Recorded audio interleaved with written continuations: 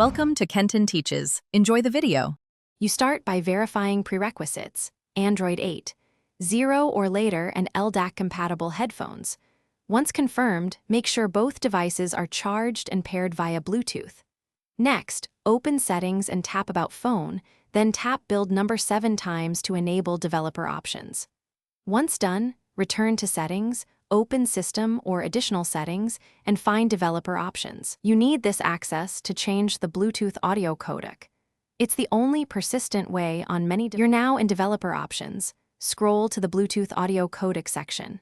Tap the current codec and choose LDAC to force that transport.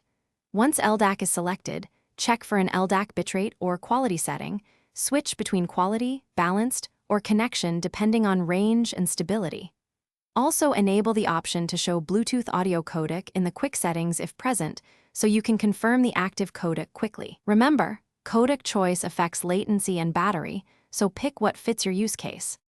You finish by verifying LDAC is actually active.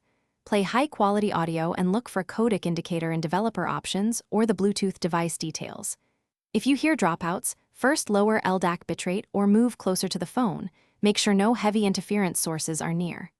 If LDAC refuses to stick, toggle Bluetooth, unpair and repair the device, or restart both devices. As a last resort, clear the Bluetooth cache or reset network settings. This often resolves stubborn codec persistence issues. Thanks for watching. Please subscribe if this video was helpful.